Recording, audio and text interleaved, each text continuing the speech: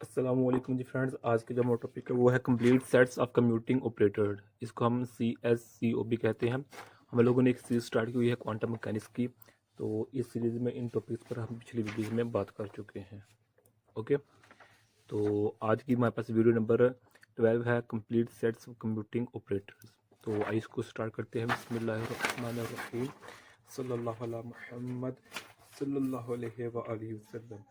यहाँ देखें, सबसे पहले देखें जो complete set of computing operators की है, इसको हमने डेफिनेशन की फॉर्म में इस तरह लिखा है। ओके, और एक हमारे पास ये थ्योरम है।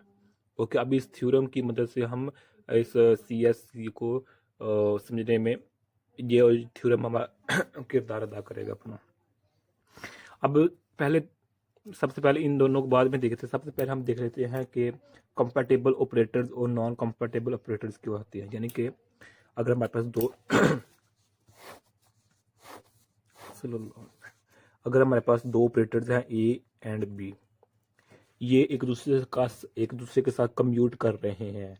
अगर ये एक दूसरे के साथ कम्यूट कर रहे हैं तो इसका मतलब है कि इनका जो कम्यूटेटर है वो इज इक्वल टू ज़ीरो है। यानी कि इनका जो कम्यूटेटर होगा वो हमारे पास इज इक्वल टू ज़ीरो है।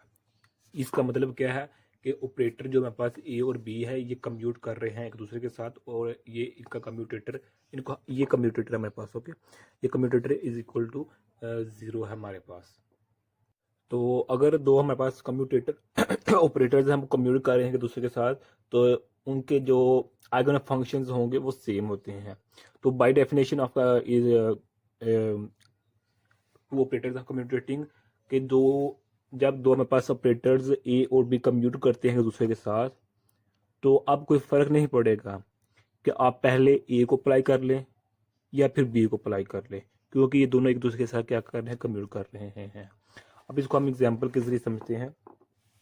इसका मतलब तो ये हो गया कि हमारे पास ये कम्यूट कर रहे हैं, इनका जो कम्यूटेटर है इज इक्वल टू हमारे पास ज़ीरो है। अब इधर हम, अच्छा ये अब ये किसकी इक्वल है, A B is equal to किसके है, ये हमारे पास है AB नेगेटिव BA। ओके, अगर हम इधर लगा दें, अगर साई लगा दें तो इधर भी फिर साई आ जाएगा। ओके, तो अब मेरे पास साई है। अब साई को, अब इसको हम अंदर मल्टीप्लाई करते हैं। ये है हमारे पास, पहले हमने B को अप्लाई किया, फिर हमने A को अप्लाई किया। ओके, तो इज इक्वल टू ज़ीरो हमारे पास। तो ये हमारे पास क्या बन जाएगा, AB, ये इधर आ जाएगा हमारे पास, तो ये प्लस हो जाएगा, तो हमारे पास बन जाएगा ये वाला। अब आप, हमने क्या किया है कि पहले हमने B को अप्लाई किया है साई पर, फिर हमने A को अप्लाई किया है। ये एक तरतीब है। अगर इसमें तरतीब उल्ट भी हो जाए ना, इररेलेवेंट भी हो जाए, यानी कि अगर हम इसको यहाँ अप्लाई कर दें ऐसे, फिर B को इधर कर दें, यानी कि अगर मैं इसको ऐसे लिखूं कि अगर हम इसको ऐसे कर दें, ये A के साथ हो गया, तो अब हमारे पास होगा वो B के साथ। अगर आप इसको ऐसे कर दें तो कुछ फर्क नहीं पड़ेगा इतना खास। क्यों? क्योंकि ये कम्यूट कर रहे हैं एक दूसरे के साथ। हाँ, अगर ये दो ऑपरेटर एक दूसरे के साथ कम्यूट नहीं कर रहे मिसाल के तौर पर ये देखिए, मेरे पास ऑपरेटर ए है, ये अप्लाई हो रहा है इस फंक्शन पर, इस वेव कैट पर अप्लाई हो रहा है, स्टेट वेक्टर पर अप्लाई हो रहा है, तो इसका आंसर हमारे पास ये आएगा। ओके, अब जो मेरे पास ये क्या कहलाती है, मेरे पास आइगन वैल्यू रहती है, तो मैं पता है ये आइगन स्टेट है ऑपरेटर ए की। ओके, तो अब अगर इस, अच्छा एक और हम ऑपरेटर जो ए और बी दोनों लिखते हैं साथ,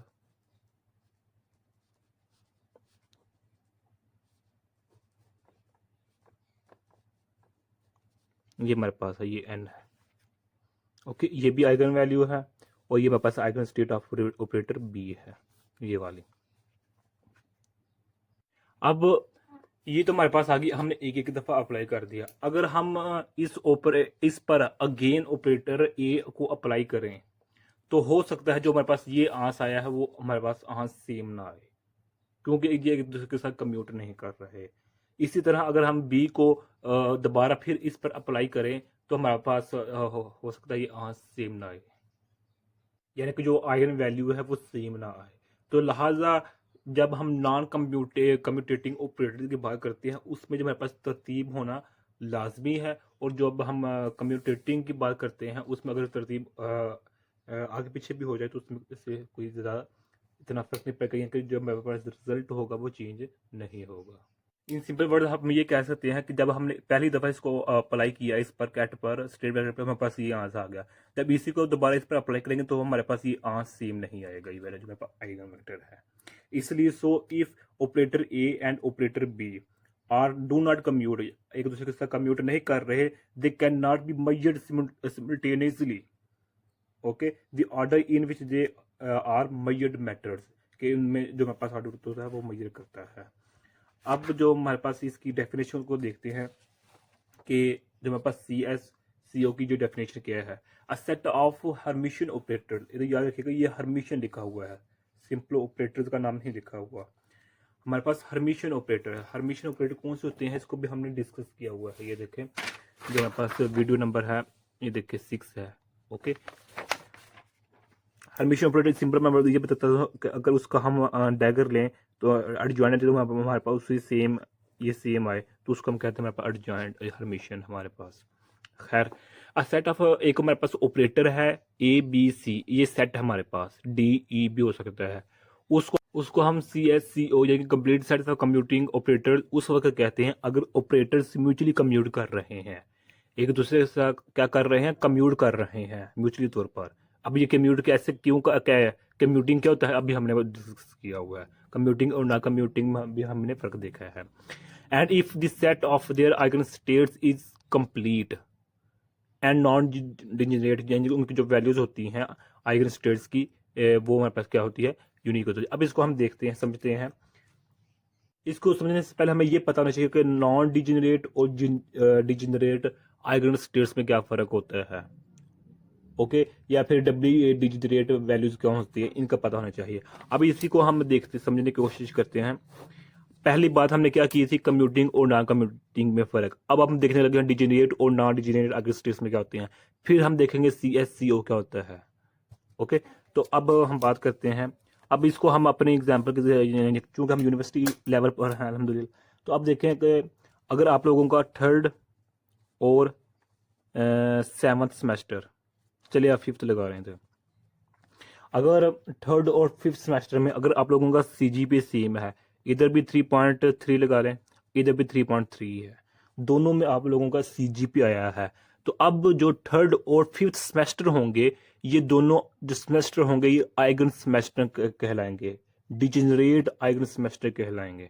डिजेनरेट सेमेस्टर कह लें या डिजेनरेट स्टेट्स कह लें, ये एक ही बात है। ओके, अगर दोनों का CGPA सेम है। यहाँ ये बात याद रखिएगा कि जो हमारे पास ये आइगन वैल्यूज हैं, ये हमारे पास क्या है, आइगन वैल्यूज हैं। ये आइगन वैल्यूज डिजेनरेट स्टेट्स नहीं कहलाएंगी। ये डिफरेंस देख लीजिएगा कि अगर हमारे पास 3rd और 5th सेमेस्टर में CGPA सेम है तो इसका मतलब क्या है कि 3rd और 5th जो सेमेस्टर हैं वो डिजेनरेट सेमेस्टर्स हैं या डिजेनरेट स्टेट्स हैं, और जो हमारे पास ये इनकी आइगन वैल्यूज हैं ये डिजेनरेट नहीं है। ओके, इनको हम फिर नाम देते हैं डबली डिजेनरेट का। क्यों? क्योंकि दोनों सेमेस्टर में 3rd और 5th में CGPA सेम है, तो इसलिए हम इसको हम कहेंगे डबली डिजेनरेट, क्योंकि इनकी जो डिजेनरेसी है वो 2 है, सेम है, 2 है तो सेम है, तो इसलिए इसको हम डबली डिजेनरेट का नाम देते हैं। मैं उम्मीद करता हूँ इन लोगों की आपको इस पॉइंट की समझ आ गई होगी। अब ये होगा, अब हम चलते हैं फिर इसी पर जो हमने 2 ये लिखी हैं कि एक वो सेट है, सेट क्या है, ABCDE भी हो सकता है, 200 ऑन भी हो सकता है, उसको हम कंप्लीट सेट कम्यूटिंग ऑपरेटर उस वक्त कहेंगे जब वो एक दूसरे के साथ कम्यूट कर रहे हैं, कंपैटिबल हैं एक दूसरे के साथ। और जब वो एक दूसरे के साथ कंपैटिबल है, इसका मतलब क्या है, according to this theorem if 2 observables, यहाँ याद रखिएगा ऑब्जर्वेबल्स है, ऑपरेटर्स नहीं है। अब इन दोनों में फर्क क्या है, इसको भी हमने डिस्कस किया हुआ है। तो हमारे पास सेकंड पोस्टुलेट था ना, ये देखिए हमारे पास जो वीडियो नंबर 11 का हमारे पास सी पार्ट है, सेकंड पोस्टुलेट क्वांटम, इसमें हमने ऑब्जर्वेबल और ऑपरेटर्स को डिस्कस किया हुआ है। If two observables are compatible, अगर हमारे पास टू ऑब्जर्वेबल्स एक दूसरे के साथ कम्यूट कर रहे हैं, कंपेटेबल हैं, देन क्या होगा कि उनके जो कोरोस्पेंडिंग ऑपरेटर्स होंगे, किनके, ऑब्जर्वेबल्स के कोरोस्पेंडिंग जो ऑपरेटर्स होंगे वो उनकी जो आइगन स्टेट्स होंगी वो कॉमन होंगी, यानी कि सिमुल्टेनियसली होंगी। अब मैं पहले बता चुका हूं, अगर आप लोगों को ऑब्जर्वेबल्स ऑपरेटर्स में डिफरेंस पता है तो फिर इसकी बात समझ आएगी कि अगर हमारे पास दो ऑब्जर्वेबल्स कंपेटेबल हैं, यानी कम्यूट कर रहे हैं एक दूसरे के साथ, देन उन दोनों ऑब्जर्वर्स के रिलेटेड कोरस्पेंडिंग जो ऑपरेटर्स हैं वो ऑपरेटर सेम स्टेट्स रखती होंगी, यानी कि उनको हम कहते हैं सेम आइगन स्टेट्स होंगी, या कॉमन स्टेट आइगन स्टेट्स होंगी, या सिमुलटेनियसली आइगन स्टेट्स होंगी। अब ये देखिए ना, ये मेरे पास टू ऑपरेटर्स हैं, ये एक दूसरे के साथ क्या कर रहे हैं, कम्यूट कर रहे हैं। जब ये एक दूसरे के साथ कम्यूट कर रहे हैं तो इसका मतलब क्या है कि जो ऑपरेटर ए है इसकी आइगन स्टेट सेम होगी as the eigen states of the operator B. Okay, और जो ये आइगन स्टेट्स हैं ये फिर नॉन डिजेनरेट स्टेट्स कहलाएंगी। It means we do not get same eigen value. Eigen states और आइगन वैल्यू में ये भी पता होना चाहिए पहले हमें, इस पर भी हमारी बकायदा तौर पर एक वीडियो बनी हुई है। ये देखें आइगन वैल्यूज और आइगन वेक्टर्स ऑफ ऑपरेटर के, ये देखिए इधर हमने लिखा होगा, ये देखिए ये है, ये हमारे पास क्या है, आइगन वैल्यू है, ये आइगन स्टेट है हमारे पास। ओके, जब दो ऑपरेटर्स एक दूसरे के साथ कंप्यूट कर रहे हैं तो उनकी जो आइगन वेक्टर्स होंगी, आइगन स्टेट्स होंगी वो सेम होंगी, लेकिन यानी कि ए की और बी की जो आइगन स्टेट वो सेम, लेकिन इन दोनों की जो आइगन वैल्यूज हैं वो डिफरेंट होंगी। इसलिए जो हमारे पास इनकी स्टेट्स कहलाएंगी वो नॉन डिजेनरेट स्टेट्स कहलाएंगी। डन हो गया। लिहाजा ये थ्योरम फिर वही बात कर रहा है, अगर हमारे पास दो ऑब्जर्वेबल्स हैं, उन दो ऑब्जर्वेबल्स के रिलेटेड दो हमारे पास ऑपरेटर्स हैं, अब उन दो ऑपरेटर्स की जो आइगन स्टेट्स होंगी इसके वो आपस में सेम होंगी, कॉमन होंगी, सिमल्टेनियसली होंगी, और इन दोनों की जो आइगन वैल्यूज होंगी वो डिफरेंट होंगी। अब हम इधर दो अब ये देखें, यही इसका मतलब बयान किया हुआ है। And if this set of their common eigen states is complete, कि अगर हमारे पास जो ऑपरेटर्स हार्मिशियन ऑपरेटर्स हम ले रहे हैं अगर वो एक दूसरे के साथ म्यूचुअली कम्यूट कर रहे हैं, ओके, तो and if this set of their, और अगर उनके आइगन स्टेट्स कॉमन हैं, यानी कि ये हम बस हर्मिशियन ऑपरेटर का सेट है A B C D, hermitian operators हैं, क्या है, हर्मिशियन ऑपरेटर्स हैं, इनका सेट है, ये एक कंप्लीट सेट बना रहे हैं, कंप्लीट सेट बना रहे हैं। अगर ये कंप्लीट सेट बना रहे हैं तो इसका मतलब है कि जो इनकी आइगन वैल्यूज होंगी वो सेम नहीं होंगी। आइगन वैल्यूज सेम नहीं होंगी तो इसलिए हम कहेंगे ये नॉन डिजेनरेट हैं, यानी कि इनकी जो वैल्यूज है वो यूनिक होंगी। हाँ, जो आइगन स्टेट्स होंगी वो कॉमन होंगी, सेम होंगी, सिमल्टेनियसली होंगी। बस ये है, सिंपल वर्ड्स में सिर्फ ये सब, इसको बंद करें। आप देखें कि सी यानी कि कंप्लीट सेट कंप्यूटिंग ऑपरेटर्स, ये एक ऐसा सेट होता है जिसमें हमारे पास ऑपरेटर होते हैं, operator A B C D E E F O भी हो सकते हैं। अब जो हमारे पास ये operator A B C D है ये हर्मिशियन ऑपरेटर्स होते हैं। ऑपरेटर्स और हर्मिशियन ऑपरेटर्स में हमें पता होना चाहिए, या मैंने बताया है कि इसका जॉइंट उसी का इक्वल होता है, उसको हम हर्मिशियन ऑपरेटर कहते हैं। अब हमारे पास ये ऑपरेटर है ए बी सी डी, अब ई भी हो सकता है, एफ भी हो सकता है। ये हमारे पास एक कंप्लीट सेट हो चुका है, किसका, हर्मिशियन ऑपरेटर्स का। अब ये एक कंप्लीट सेट हो चुका है तो अब इसका मतलब क्या है कि ए की, बी की, सी की और डी की जो आइगन स्टेट्स हैं, जो आइगन स्टेट्स हैं वो इक्वल हैं। वो क्या है, इक्वल है। इक्वल का मतलब क्या है, कॉमन आइगन स्टेट्स हैं, कॉमन आइगन स्टेट्स हैं, कॉमन यानी कि इस कॉमन की जगह आप सिमुल्टेनियसली भी यूज कर सकते हैं लफ्ज, कि उनकी जो आइगन स्टेट्स हैं, जो ये वाली स्टेट्स हैं वो सेम है, लेकिन जो इनकी आइगन वैल्यूज हैं ए की, बी की, वो एक दूसरे से डिफरेंट है। इसलिए हमारे पास क्या होगा, नॉन डिजेनरेट, यानी कि यूनिक है, हर ऑपरेटर की अपनी अपनी अलग अलग आइगन वैल्यू है। अगरचे ये वीडियो लेंथ ही हो रही है, लेकिन मुझे उम्मीद है आप लोगों को इस पॉइंट की समझ आ गई होगी या आ रही होगी, वरना मैं छोटी सी वीडियो बनाकर इसको दफ़ा कर सकता, लेकिन चलिए मेहनत की है तो फिर मेहनत। अच्छा, अब ये हमारे पास क्या है, दो ये लिखे हुए हैं, मैंने दो इक्वेशन लिखे हुए हैं, एक ये है, एक पर मैंने क्या अप्लाई किया है, ऑपरेटर ए को, सेकंड पर हमने ऑपरेटर बी को अप्लाई किया है। ये आइगन स्टेट्स है हमारे पास और ये हमारे पास आइगन वैल्यूज हैं। अब जो मेरे पास दो इक्वेशंस हैं, इसको जो बुक पर इसको 3.46 का नाम दिया है, ये मेरे पास ऑपरेटर है, ये इन पर अप्लाई हो रहा है, ये n1 है, तो n2, ये बुक पर मेंशन है हमारे पास, जो ज़ैटल की बुक है ना हमारे पास, उस पर ये मेंशन है हमारे पास, n1 है, ये मेरे पास क्या है, a है, और ये मेरे पास क्या है, n2 है, ये मेरे पास b है। ओके, ये कैट है, ये देखें ना, कैट फॉर्म है, ये मेरे पास कैट फॉर्म में है। इसको इक्वेशन नंबर हम एक नाम दे देते हैं। अब हमारे पास ऑपरेटर बी है, उसको भी हम अप्लाई कर रहे हैं इस पर, n1 है, तो ये मेरे पास a है, n2 है हमारे पास, b है, ये भी कैट है हमारे पास, तो इसका भी जवाब हमारे पास ये होगा।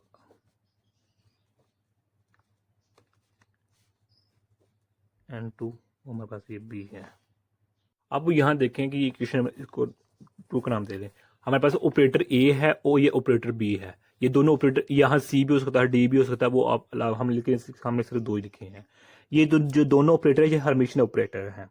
अब ये दोनों ऑपरेटर एक दूसरे के साथ, ये देखें डेफिनेशन के मुताबिक चलें, ये हर्मिशन ऑपरेटर हैं, ये दोनों उस वक्त सी एस सी ओ कहलाएंगे, यानी कंप्लीट सेट कहलाएंगे, ये दोनों यानी कि सी एस सी ओ उस वक्त कहलाएंगे अगर इनके ऑपरेटर एक दूसरे के साथ कम्यूट कर रहे हैं, यानी कि जो ये दो ऑपरेटर एक दूसरे के साथ कम्यूट कर रहे हैं। और सेकंड बात क्या है कि अगर ये हमारे पास कंप्लीट सेट हो चुके हैं, तो इनके जो आइगन स्टेट्स होंगे वो कॉमन होंगी और इनकी जो वैल्यूज होंगी वो यूनिक होंगी, यानी कि नॉन डिजेनरेट होंगी।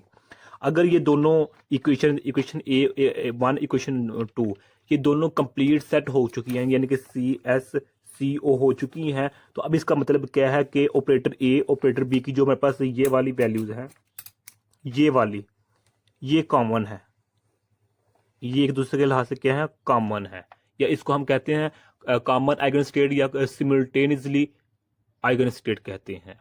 ओके, और अलबत्ता इनकी जो ये आइगन वैल्यूज हैं वो ये डिफरेंट है। ये आई थिंक मैं चौथी पांचवी मरतबा ये बात बता रहा हूँ, किस लिए, इसलिए कि हम इसमें ना यानी कि परेशान ना हो जाएं। अगर ये दो हमारे पास ऑपरेटर, हर्मिशन ऑपरेटर एक दूसरे के साथ कम्यूट कर रहे हैं और कंप्लीट सेट बना रहे हैं, तो इसका मतलब क्या है, इन दोनों की जो आइगन स्टेट्स होंगी वो क्या होंगी, सेम होंगी। अलबत्ता इन दोनों की आइगन वैल्यूज होंगी वो डिफरेंट होंगी। आइगन वैल्यू का डिफरेंट होने का मतलब क्या है कि ये यूनिक वैल्यू, इसकी अलग वैल्यू, इसकी वैल्यू है, अलग वैल्यू है, और इसी यूनिक वैल्यू को हम नॉन डिजेनरेट का नाम देते हैं। डन हो गया। लिहाजा ये हमारा यहाँ तक टॉपिक खत्म हो गया। अब जो हमारे पास पॉइंट इधर हमने शायद लिखे थे, बल्कि मैंने बताए थे, मैं दोबारा अगेन बता देता हूँ कि अगर हमारे पास टू ऑब्जर्वेबल्स हैं और उनके रिलेटेड हमारे पास टू क्या हैं, ऑपरेटर्स हैं, और ये चलिए हम क्या ऑपरेटर्स एक दूसरे के साथ क्या कर रहे हैं, कम्यूट कर रहे हैं। अब ये ऑर्डर यहाँ मैटर नहीं करेगा, ये दो ऑपरेटर्स हैं, ये एक दूसरे के साथ क्या कर रहे हैं, कम्यूट कर रहे हैं। यहाँ ऑर्डर मैयर नहीं करेगा कि पहले आप किसको अप्लाई कर रहे हैं, किसको अप्लाई नहीं कर रहे हैं। अलबत्ता अगर ये दोनों क्या है, नॉन कम्यूटेबल हैं, तो फिर ऑर्डर मैटर करेगा इसमें। ओके, तो if A and B are compatible then measurable occurs, तब जो मेरे पास जो मेजरेबल होंगी वो अकर्स होंगी। And if A operator A and B यानी कि जो ऑब्जर्वेबल्स हैं वो नॉन कंपेटेबल हैं, तो इसका मतलब है हमारे पास क्या होगी, मेजरेबल नहीं होगी उधर। यही आज का हमारा इतना सा टॉपिक था। मैं उम्मीद करता हूँ आप लोगों को इस वीडियो की समझ आ गई होगी। चलिए हम इसको हमने एक और एग्जाम्पल के जरिए समझने की कोशिश करते हैं। वीडियो मुझे लगा है अगरचे लेंथी हो रही है, लेकिन अब इसको हम एग्जाम्पल के जरिए समझते हैं, तो उम्मीद है जो ऊपर हमने तमाम डिस्कस किया है ना वो इसमें समझ लग जाएगी इस एग्जाम्पल में। एग्जाम्पल हम लेते हैं, हमारे पास ऑपरेटर ए है, एक ऑपरेटर बी है। हम सपोज कर रहे हैं कि इसकी कितनी आइगन स्टेट हैं, 5 आइगन स्टेट्स हैं। 5 आइगन स्टेट्स हैं, और हम इधर भी सपोज कर रहे हैं इसकी भी 5 ही आइगन स्टेट्स हैं। ओके, अब ये तो होगी 5 आइगन स्टेट्स। यहाँ जो मेन बात है, पॉइंट है, वो ये है कि जो ये आइगन स्टेट्स हैं ये डिजेनरेट नहीं है। जो ये 5 आइगन स्टेट्स हैं ये डिजेनरेट, इनमें से कोई भी स्टेट दूसरे के लिहाज से डिजेनरेट नहीं है, बल्कि ये भी नॉन डिजेनरेट है और ये भी नॉन डिजेनरेट है। अगर ये भी नॉन डिजेनरेट है यानी कि इनकी जो वैल्यूज हैं वो यूनिक हैं, इनकी भी वैल्यू यूनिक है, हर आइगन स्टेट की अलग अलग यूनिक है, नॉन डिजेनरेट है। तो इसका मतलब क्या, जो हमने ऊपर CSCO थ्योरम स्टडी किया है उसके अकॉर्डिंग इसकी और इसकी जो आइगन स्टेट्स हैं वो क्या होगी, कॉमन होंगी, सिमिल्टेनियसली होंगी। तो ये कंप्लीट होंगे। अगर सपोज करते हैं ऑपरेटर ए की आइगन स्टेट्स 5 में से 2 आइगन स्टेट्स डिजेनरेट हो गई हैं। डिजेनरेट का मतलब जो आइगन वैल्यूज हैं वो सेम होगी। आइगन वैल्यूज को कहते हैं यार, इसको कहते हैं, अगर ये सेम होगी हैं, अब जो ऑपरेटर ए ऑपरेटर बी की जो आइगन स्टेट्स हैं वो कंप्लीट नहीं होंगी। पहले जब ये नॉन डिजेनरेट था यानी कि हर आइगन स्टेट की अलग अलग वैल्यू थी, यूनिक वैल्यू थी, नॉन डिजेनरेट थी। सिमिलरली इधर भी ऐसा केस था हर आइगन स्टेट की। तो तब ऑपरेटर ए के बी के लिहाज से, बी ए के लिहाज से क्या थे, कंप्लीट सेट थे, आइगन स्टेट्स कॉमन थी अगर जिनकी आइगन वैल्यूज डिफरेंट थी। लेकिन अगर अब 5 में से 2 आइगन स्टेट्स की जो हमारे पास है, आइगन स्टेट्स की वैल्यूज सेम हो गई है यानी डिजेनरेट हो गई हैं, अब इसमें 5 में से 2 डिजेनरेट होगी, 3 नॉन डिजेनरेट होगी, इसको हमने कुछ नहीं कहा। अब ये ए बी के लिहाज से, बी ए के लिहाज से कंप्लीट सेट नहीं होंगे क्योंकि अब 2 डिजेनरेट हो चुकी हैं। अब 3 इसमें और 3 इसमें जो होंगी वो कॉमन ही होंगी, वो eigen state common eigen states ही होंगी उसमें। लेकिन अब 2 डिजेनरेट हो गई हैं, इसलिए ए और बी एक दूसरे के लिहाज से कंप्लीट सेट नहीं होंगी, CSCO कंप्लीट नहीं होगा। तो फिर इस जो मुश्किल आई है, जो ये डिफिकल्टी पेश आई है, तो इसको कैसे दूर करेंगे? ऑपरेटर ए ऑपरेटर बी को हम किस तरह CSCO यानी कंप्लीट सेट बनाएंगे? उसके लिए हम एक थर्ड ऑपरेटर को इंट्रोड्यूस करते हैं, वो ये है। अब ये थर्ड ऑपरेटर ए और बी के साथ कम्यूट करेगा, ओके, तो फिर कंप्लीट सेट बनेगा। अगर फिर भी कोई डेफिशिएंसी है तो फिर हम एक और ऑपरेटर को इंट्रोड्यूस करवाएंगे। ये देखें ना, डेफिनेशन में भी देखें, डेफिनेशन में हमने ABCDEF जो भी हो कि कई भी हो सकते हैं, 2 भी हो सकते हैं, 3 भी हो सकते हैं, 4 भी हो सकते हैं, 4 से ज्यादा भी हो सकते हैं। इसका मतलब यही था हमारे पास कि अगर C को इंट्रोड्यूस करने से अगर इनकी अगर स्टेट कॉमन हो रही है, सेम हो रही है, ठीक है, तो हमें D की जरूरत नहीं है। अगर फिर भी C को इंट्रोड्यूस करवाने के बाद भी अगर इनकी आइगन स्टेट सेम नहीं हो रही तो फिर हम D को करें। अगर D के इंट्रोड्यूस कराने के बाद भी नहीं, फिर हम E को इंट्रोड्यूस करवाएंगे, जो कि एक दूसरे के साथ कंप्यूट करेंगे, रिलेट करेंगे, ऑपरेट करेंगे, तो कंप्लीट सेटअप बनाएंगे। ओके, अब इसका कंप्यूट करने का क्या मतलब है कि जब हमने थर्ड ऑपरेटर को इंट्रोड्यूस करवाया, ये 2 तो हमारे पास पहले ही मौजूद थे ना। अब इसका ये मतलब है ऐसे, ये है मतलब इसका ये वाला। अब जब हमने थर्ड को एज अ न्यू के तौर पर इंट्रोड्यूस करवाया ऑपरेटर को, अब इन दोनों के साथ कम्यूट कर रहा है। इसका मतलब क्या है कि C is commuting with A as well as B। It means eigen states of A are eigen state of C and eigen states of B और आइगन स्टेट्स ऑफ C। यानी कि अब जो C है ये इसके साथ भी ऑपरेट कर रहा है, C इसके साथ भी ऑपरेट कर रहा है। अब जो इसकी आइगन स्टेट्स हैं वही C के आइगन स्टेट्स हैं, और जो B की आइगन स्टेट्स हैं वही C के आइगन स्टेट्स हैं। वे देखिए ना कैसा माहौल बन गया है। अब मजेदार बात यह है कि जो A और B हैं ये एक दूसरे के साथ कम्यूट नहीं कर रहे हैं अब, जब हमने थर्ड ऑपरेटर को इंट्रोड्यूस करवा दिया है। ओके, ये C ऑपरेटर क्यों इंट्रोड्यूस करवाया? क्योंकि इसकी और इसकी जो आइगन स्टेट्स हैं वो सेम नहीं है, वो डिफरेंट हैं। यानी कि जो A की 2 डिजेनरेट थी वो डिजेनरेट हो चुकी है, आइगन वैल्यू सेम हो चुकी हैं। बाकी है हमारे पास, यानी कि एक दूसरे के साथ कम्यूट कर गई हैं 2, हमारे पास जो है ना 2 आइगन स्टेट कम्यूट कर गई हैं, बाकी हमारे पास 3 रह गई हैं, इसलिए एक दूसरे के साथ कम्यूट नहीं कर रहे, आइगन स्टेट सेम नहीं है, इसलिए हमने थर्ड को इंट्रोड्यूस किया। अब थर्ड इसके साथ भी और इसके साथ भी क्या कर रहा है, कम्यूट कर रहा है, और ए और बी आपस में कम्यूट नहीं कर रहा, इसलिए हमने सी को इंट्रोड्यूस करवाया। अगर सी इंट्रोड्यूस कम्यूट करने के बाद कंप्लीट सी एस सी ओ हो गया तो बेस्ट है, अगर नहीं होगा तो फिर हम डी को भी इंट्रोड्यूस करवाएंगे। अगर डी से भी काम नहीं बना तो हम ई को भी इंट्रोड्यूस करवाएंगे। इस तरह हमारे पास जो होता है वो कंप्लीट सेट हो जाता है। ओके, यही आज का इतना टॉपिक था। अच्छा, इसे हाँ एक टर्म रह गई है कि ये देखें, अगर हमारे पास सॉरी इधर ही है हमारे पास, ये देखें, ये एक दूसरे के साथ क्या क्या कॉमन है, आइगन स्टेट है, तो इनको हम क्या कहते हैं, ज्वाइंट आइगन स्टेट का भी नाम देते हैं, ज्वाइंट आइगन स्टेट का नाम भी देते हैं। और अगर हमारे पास ये कंप्लीट सेट बंद हो जाता है तो फिर इसको हम एक इक्वेशन की फॉर्म में इस तरह लिखते हैं, equal to psi n A psi n two B psi n three C and so on. ये हमारे पास काम चलता जा रहा है। अब जो हमारे पास ये क्या है, ये ज्वाइंट आइगन स्टेट्स हैं कहलाती हैं। तो यही आज का हमारा इतना सा टॉपिक था। अगर मैं उम्मीद करता हूँ आप लोगों को इस वीडियो की समझ आ गई होगी। अगर आप लोगों ने अभी तक हमारा चैनल पाक MN अकेडमी इसको सब्सक्राइब नहीं किया तो प्लीज़ सब्सक्राइब कर दे। जज़ाकल्लाह खैरा। अपनी दुआ में याद रखिएगा। अस्सलामु अलैकुम व रहमतुल्लाहि व बरकातुहू।